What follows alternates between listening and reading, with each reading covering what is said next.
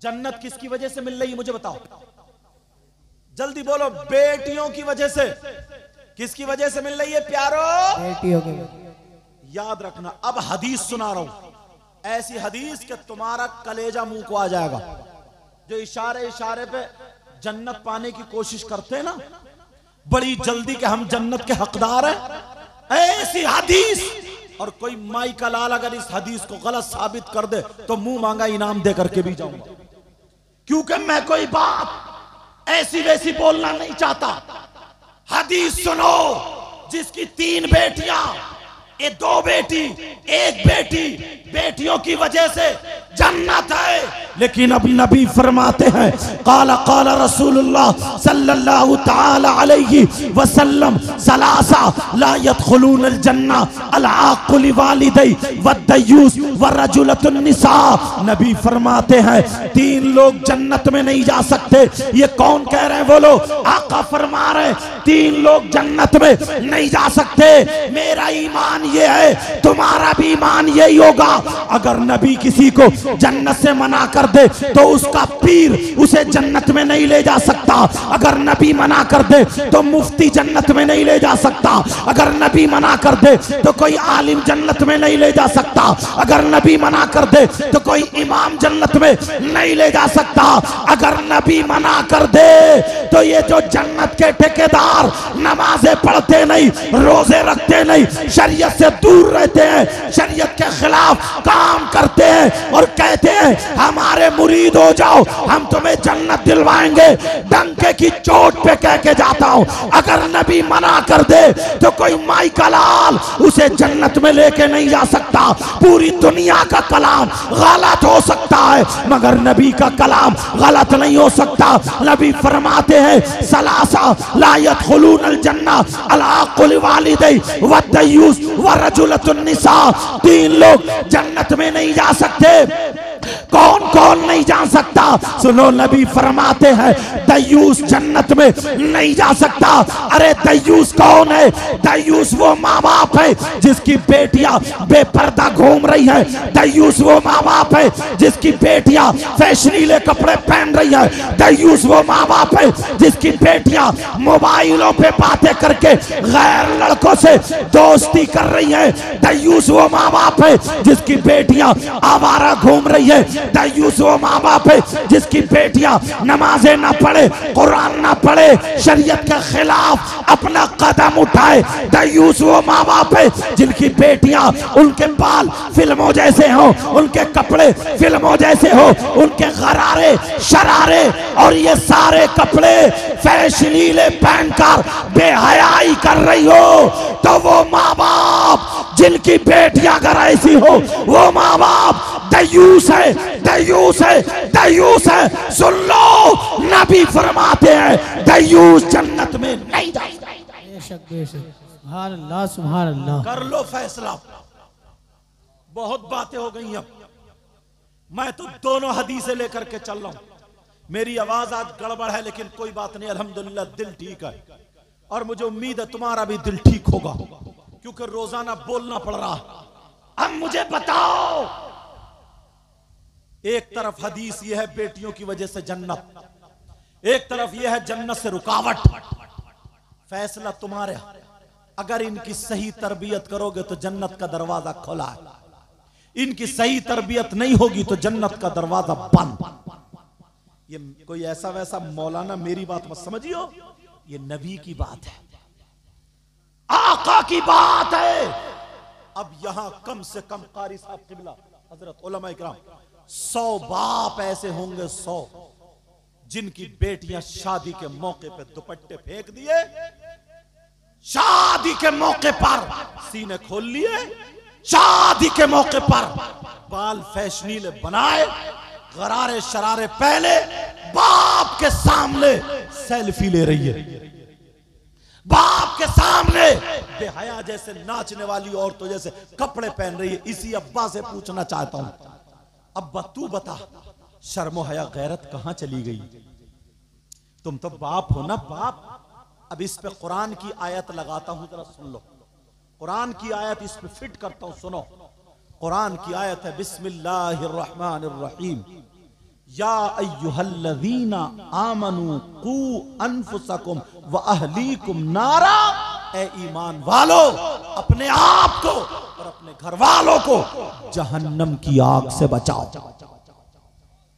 ये तुम्हारी जिम्मेदारी। जलसे में आकर के खाली नारे लगा लिए, कूद लिए, कुछ दो चार लफंगे लड़के आए, वो और कूद कूद के नारे तक भी ना, नोट उछाल दिया। मौलाना खुश होकर कहा बड़े जन्नती आदमी, मौलाना खुश होकर कहे बड़े जन्नती आदमी, बड़ा जन्नती आदमी, खड़े होके मूतने वाला जन्नती आदमी, नबी को तकलीफ देने वाला जन्नती आदमी, जिसने अगर कलमा पढ़ा है, मन दखल अल जन्ना, जन्नत में तो वो दाखिल होगा। मन काला ला इलाहा इल्लल्लाह दखल अल जन्ना। हदीस शरीफ है कि जिसने कलमा पढ़ा, राई के दाने की बराबर ईमान है, जन्नत में जाएगा। मगर उससे पहले कब्र है, उसमें सर्विस भी तो होनी है। वो तो बात का नंबर है। अगर ऐसा होता, लोग उन बातों को सामने ही नहीं लाते। इन लोगों को यार सैयदना अबू बकर सिद्दीक के पास टिकट था, वो कह सकते थे कि मेरे पास जन्नत का टिकट आए। उसके बावजूद सिद्दीक अकबर की कभी नमाज नहीं छूटी, कोई शरीयत के खिलाफ कदम नहीं छूटा। हजरत उमर को टिकट था जन्नत का, बोलो था नहीं था। इन लोगों के बारे में कुरान कहता है लक़द रज़ियल्लाहु अन्हुम व रज़ू अन्हु, राज़ी अल्लाह उनसे और वो अल्लाह से राजी। कुरान बोलता है, मगर उसके बावजूद अल्लाह हजरत उमर का जरा सुन तो लो प्यारे, तुमने कितने लोगों को तकलीफें दी हैं। और हजरत उमर को देखो, 22 लाख मुरब्बा मील का बादशाह, तुम्हारे पास 4 पैसे हो गए तो तुम इतराते फिर रहे हो। ये 22 लाख मुरब्बा मील का बादशाह।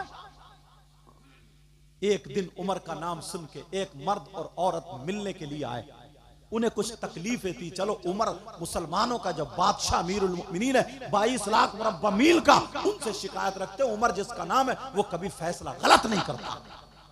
और तुमने अपनी नियतें देखी है, नियतें अगर कह दूं ना तो शर्म के मारे मुंह नहीं उठेगा तुम्हारा। नियतें देखी है तुमने? शादी के मौके पर हजरत अगर छुआरे बांटने ना, दाढ़ी वाले इंसान को, अच्छे इंसान को छुआरे बांटने 2 किलो दे दियो, एक कहेगा लो बच्चों और दूसरा अपनी जेब में। ये इसका ईमान है, ये इसकी नियत है।